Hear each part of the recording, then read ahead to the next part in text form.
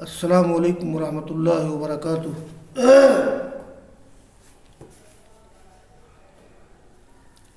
عزیز طلبہ، علوم القرآن میں جو بحث چل رہی ہے وہ ہے معرفت و اول ما نزل و آخر ما نزل۔ سب سے پہلے قرآن کریم کا کون سا حصہ نازل ہوا ہے اور سب سے آخر میں کون سا حصہ نازل ہوا ہے، تو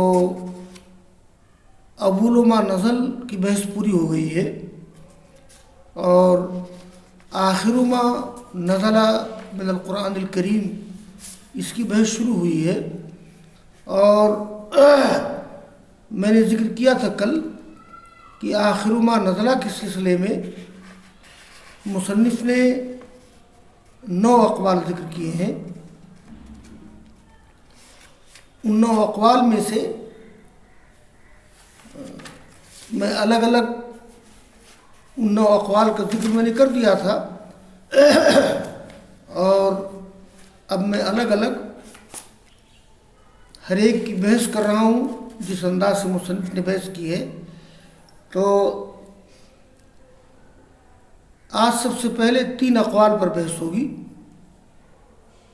اور ان 3 اقوال کا تعلق سورہ بقرہ کی آیت کریمہ سے ہے، بلکہ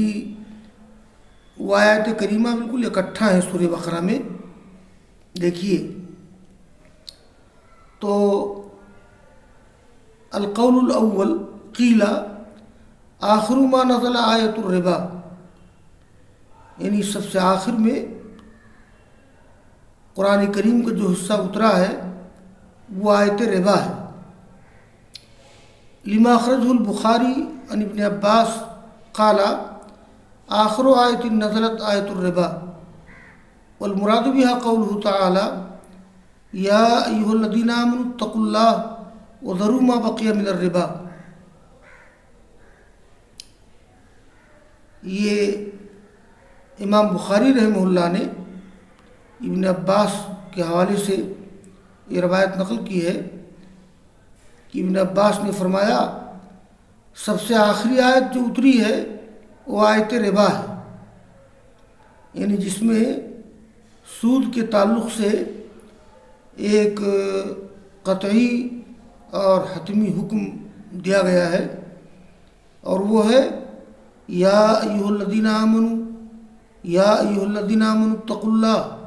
وذروا ما بقی من الربا۔ یہ زر ذرا ذرو یہ لفظ ایسا ہے اس سے صرف فعل مضارع و صیغ امر مستعمل ہے، اور فعل نہیں بھی اس سے استعمال کیا گیا ہے، بقیہ اور افعال مستعمل نہیں ہے۔ ذرو بمعنی اترکو، اے ایمان لانے والو اللہ سے ڈرو اور چھوڑ دو جو سود باقی رہ گیا ہے، یعنی سود کی حرمت سے پہلے جو سودی کاروبار لوگ کیے ہوئے ہیں، اور سود کے حوالے سے راس المال کے علاوہ اگر سودی رقم کسی کے ذمے ہے تو کیا کہا گیا؟ وذروا ما بقی من الربا، جو بھی ربا باقی رہ گیا ہے سود اس کو چھوڑ دو۔ اور القول الثانی دوسرا قول وقیل آخر ما نزل من القرآن قوله تعالی، سب سے آخر میں جو قرآن کا حصہ اترا ہے وہ اللہ تعالیٰ کا قول ہے واتقوا یوما ترجعون فیہ الی اللہ، اس دن سے ڈرو جس دن تم لوگ اللہ تعالیٰ کی طرف لوٹائے جاؤ گے۔ یہ ترجعون رجع یرجع رجعا، اصل میں رجع یرجع رجوعا یہ لازم ہے، اور رجع یرجع رجعا متعدی ہے۔ عربی زبان کا عجیب دلچسپ معاملہ ہے، کبھی کبھی مصادر کے بدلنے سے معنی بدل جاتا ہے۔ تو یہ ترجعون رجا یرجع رجان سے فعل مضارع مجهول ہے، اس لیے کہ رجا یرجع رجان یہ متعدی ہے، تو ڈرو اس دن سے جس دن میں تم لوگ لوٹائے جاؤ گے اللہ تعالیٰ کی طرف۔ یہ بھی سورہ بقرہ کی آیت ہے، اور ربا کے تعلق سے جو آیت تھی وہ سورہ بقرہ کی آیت نمبر 278، یہ آیت نمبر 281، اور اس کے بعد دیکھیے وقیل آخر ما نزل آیت الدین، دین کے معنی قرض، اور کہا گیا کہ سب سے آخری آیت جس کا نزول ہوا ہے وہ آیت دین ہے۔ لما رویا عن سعید بن المسیب، اس لیے کہ مروی ہے سعید بن المسیب سے، انہ بلغہ، انہیں یہ بات پہنچی ہے، ان احدث القرآن احدن بالعرش آیت الدین، یعنی قرآن کریم کے حصوں میں سب سے نیا اور قریبی حصہ جو عرش سے ہے، تو عرش کے قریب پائے جانے کے اعتبار سے سب سے قریبی حصہ، سب سے نیا حصہ قرآن کریم کا کیا ہے؟ آیت دین ہے۔ اور اس سے مراد کیا ہے؟ یا ایھا الذین آمنوا اذا تداینتم بدین الی اجل مسمى فاکتبوہ، یہ تداین باب تفاعل سے ہے۔ باب تفاعل میں مشارکت ہوتی ہے، جیسے باب مفعالت میں مشارکت ہوتی ہے، البتہ باب مفعالت کی مشارکت میں فرق یہ ہے کہ دیکھنے میں ایک فاعل ایک مفعول نظر آتا ہے، لیکن باب تفاعل میں دونوں فاعل نظر آتا ہے، جیسے مثلا قاتل زید رجلا، زید نے ایک آدمی سے قتال کیا،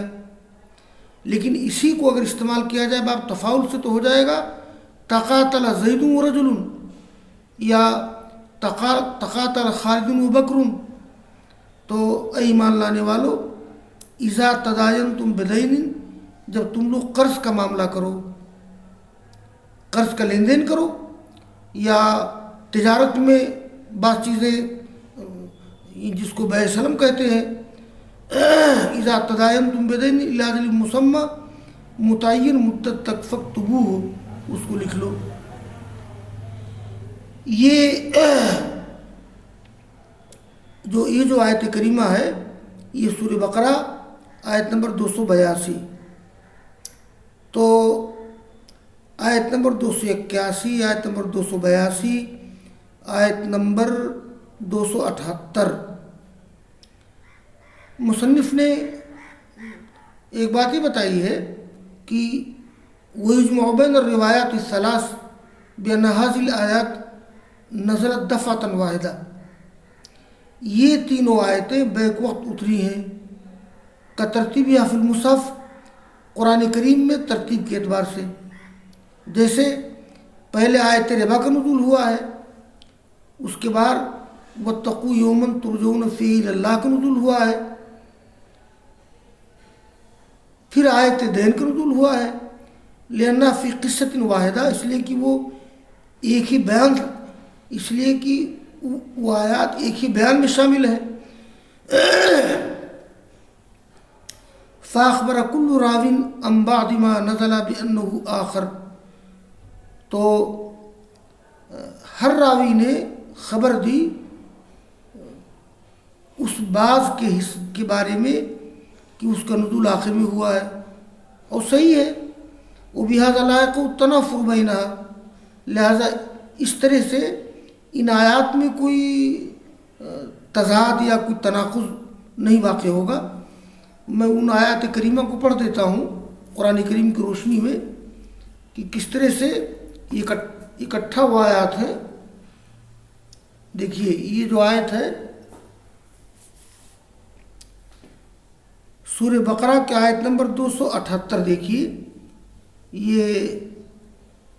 یا ایھا الذین آمنوا اتقوا اللہ وذروا ما بقی من الربا ان کنتم مؤمنین، اور اس کے بعد یہ جو ہے آیت نمبر 281، دیکھیے واتقوا یوما ترجعون فیہ الی اللہ ثم توفی کل نفس ما کسبت وہم لا یظلمون۔ پھر سورہ بقرہ کی آیت نمبر 282 دیکھیے، یا ایھا الذین آمنوا اذا تداینتم بدین الی اجل مسمى فاکتبوه ولیکتب بینکم کاتب بالعدل ولا یأبى کاتب ان یکتب کما علمہ اللہ فلیکتب ولیملل الذی علیہ الحق ولیتق اللہ ربہ ولا یبخس منہ شیئا فإن كان الذي عليه الحق سفيا أو ضعيفا أو لا يستطيع أن يمل هو فليملل وليه بالعدل واستشهدوا شهيدين من رجالكم فإن لم يكونا رجلين فرجل وامرأتان ممن ترضون من الشهداء أن تضل إحداهما فتذكر إحداهما الأخرى ولا يأبى الشهداء إذا ما دعوا ولا تسموا أن تكتبوه صغيرا أو كبيرا إلى أجله ذلك أقسط عند الله وأقوم للشهادة وأدنى أن لا ترتابوا إلا أن تكون تجارة حاضرة تديرونها بينكم فليس عليكم جناح ألا تكتبوها واشهدوا إذا تبايعتم ولا يضار كاتب ولا شهيد وإن لم تفعلوا فإنه فسوق بكم واتقوا الله ويعلمكم الله واللہ بكل شيء علیم۔ یہ ایک صفحے کی آیت ہے۔ تو پہلے آیت نمبر 278 ہے جس کا تعلق ربا سے ہے، اور بیچ میں اسی سے متعلق ایک آیت ہے۔ بہرحال یہ تینوں آیات قرآن کریم میں اکٹھا ہیں۔ تو مصنف کہہ رہے ہیں کہ یہ آیات بیک وقت اتری ہیں، جیسے کہ مصحف میں ترتیب کے مطابق۔ تو قرآن کریم میں پہلے آیت نمبر 278 ہے، اور اس کے بعد پھر آیت نمبر 281، پھر آیت نمبر 282۔ تو ان تینوں کا نزول بیک وقت ہوا ہے۔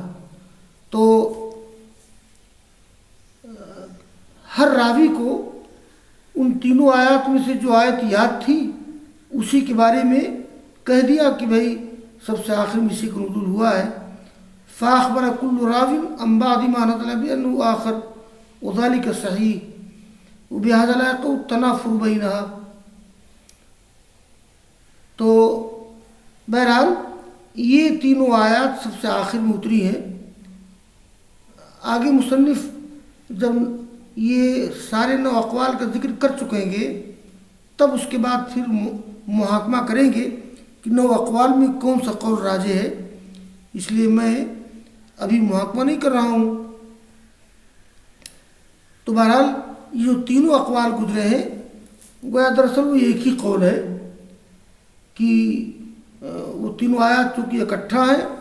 بس یہ ہے کہ آیت نمبر 278 کے بعد آیت نمبر 279، آیت نمبر 280 یہ بیچ میں فاصلہ ہے، اور اس کے بعد پھر آیت نمبر 281، آیت نمبر 282۔ تو اس طرح سے ان آیات کا نزول بیک وقت ہوا ہے۔ تو یہ بات مصنف کی صحیح ہے۔ فأخبر كل راو عن بعض ما نزل بأنه آخر وذلك صحيح وبهذا لا يقع التنافر بينها۔ تو یہ تینوں اقوال گویا کہ ایک قول کی طرح ہیں، اس میں کوئی تناقض نہیں ہے۔ اور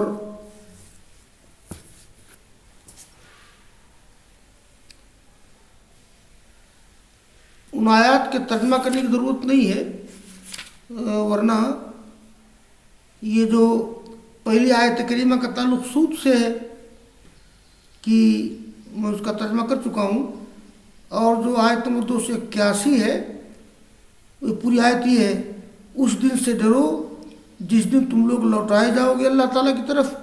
ثم توفیٰ کل نفس ما کسبت، پھر ہر نفس کو اس کے عمل کا بدلہ دیا جائے گا اور ان پر ظلم نہیں کیا جائے گا۔ اور آگے کی جو آیت ہے تو طلبہ اس آیت کریمہ کو